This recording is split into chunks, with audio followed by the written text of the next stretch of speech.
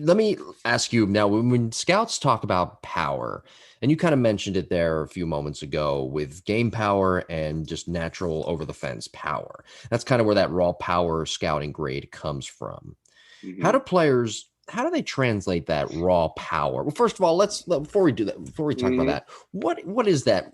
I mean, what is, for the audience, what is that quote unquote raw power in a hitter that scouts look at and grade it on a scouting scale of 20 to 80? Yeah, a lot of times it's size. Mm-hmm. It's like these big brute of guys that are just so big and strong, and they're able to pull balls high and far. Yeah. So that's kind of the power. What am I thinking of? Looking into the future, the potential, the power Mhm. potential. If you're giving a guy a 60 grade or a 70 grade or something like Sure. that, or an 80 grade, if that's even possible for power, but it's usually a big person that has a lot of pull side power. They're Yeah. hitting balls 450 feet when they're in high school. Okay. So a lot of times, though, what that translates to is BP Hmm.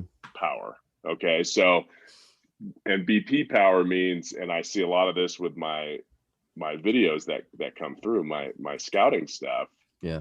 is these guys are swinging up a lot. They have a big barrel drop, and then they come up and swing up because the ball's dropping a lot. The ball's dropping 15, 16 degrees. These guys can swing up at 20, Yeah. still hit most of the ball to maximize energy into the ball and exit velocity, and they can launch balls high and far. The problem is that doesn't translate to a 90-mile-an-hour fastball or more. Hmm. Like if you throw a 90-mile-an-hour fastball in there, their happy zone, their consistent zone. So in BP, this guy might hit 3 out of 5 balls over the fence, 400 something feet. Hmm. Well, in a game, if you, or even just velocity, if you threw the same spot, like you put a machine out there that was super accurate and you threw Hmm. it at 90 miles an hour on a 4-degree downslope, 5-degree downslope, their consistency would be like 1 out of 10, even though they Hmm. knew the pitch was coming, even though they knew the location, even though they knew what they were trying to do, because they're only in the zone for such a short amount of time. Hmm. And that's the hard part. There was a guy that I looked at from Arizona. This was a draft 2 or 3 years ago. The Brewers didn't draft him, and I think he was a top 10 pick, and I can't remember who it was. Big, strong guy. I think he was from Arizona or Vegas or something like that. Left-handed hitter, and he was, he had this weird shoulder move, and he had a big kind of uppercut swing, and I was Hmm. like, God, he looks good in BP. Like, Yeah. if you're standing behind a cage, he's just going to launch balls left and right. I Hmm. said, but I don't know how that's going to work in games, Right. and so I Right. need to go back and look at those guys and see if Hmm. they were able to be successful, at that level. And some guys change. Hmm. Some guys have the ability to change rather easily, and I don't want to, getting back to players that aren't big, Hmm. or aren't tall. One of my favorite students of all time, I got him kind of a spot to walk on at Mizzou when I Hmm. was there, because he's the hardest damn worker. He'll outwork anybody. Weight room, he'll outwork everyone. Hitting, he'll outwork everyone. Taking grandma, he'll walk. I mean, this guy, you Sure. just want him in your. And he was nobody wanted him, right? Like, I mean, people wanted him, like really small schools and stuff like that, because they're like, oh, this guy's 5'7". Like, what are we gonna do with him? And I'm like, Yeah. but the dude hits. And so we got his swing to where it needed to be, right? Flat. He can just shoot balls to the, he's a left-handed hitter. He can shoot balls to left center field. He runs, he's scrappy.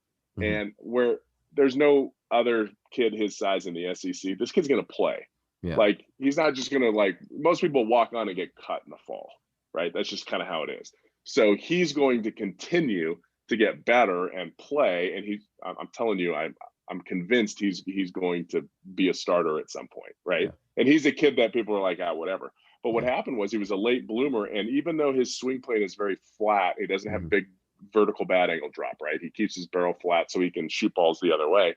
He was leading like the state of Washington in home runs a couple years ago at Wow. 5'7", right? Yeah. Because he just had the right trajectory. And if he was a little early and caught the bottom half, it'd go out of the park. If he was a Yeah. little bit later, he'd shoot it the other way. So there's a spot for players like that. He can hit home runs, right? I just Hmm. told you he hit home runs in high school. He's hit balls out of the park and in inter squads and stuff like that. But he's not a power hitter, Hmm. and that's kind of the difference of what we're looking for. Is you can adjust a player's how their swing plane works and Mhm. how their hands work to fit their exit velocity. You know, if his average high exit velocity is, you know, 93 miles an hour, Sure. right?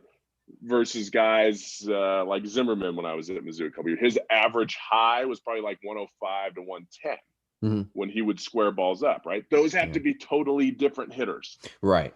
Right.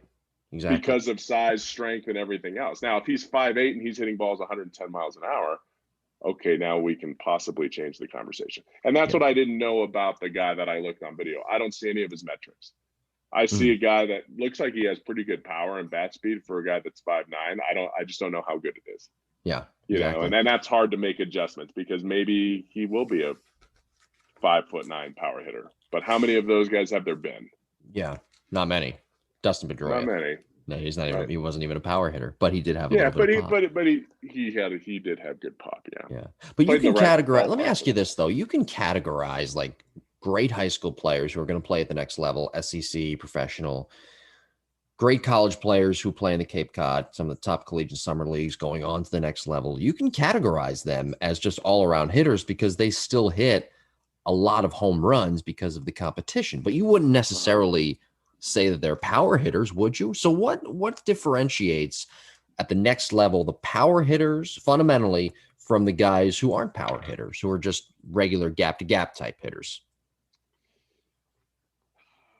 I you got to let them play, right? I think that's where it Yeah. comes from. I don't think Yeah. you're categorizing them young. I think they get to the big leagues and it's like, okay, this guy's going to be a power hitter. Hmm.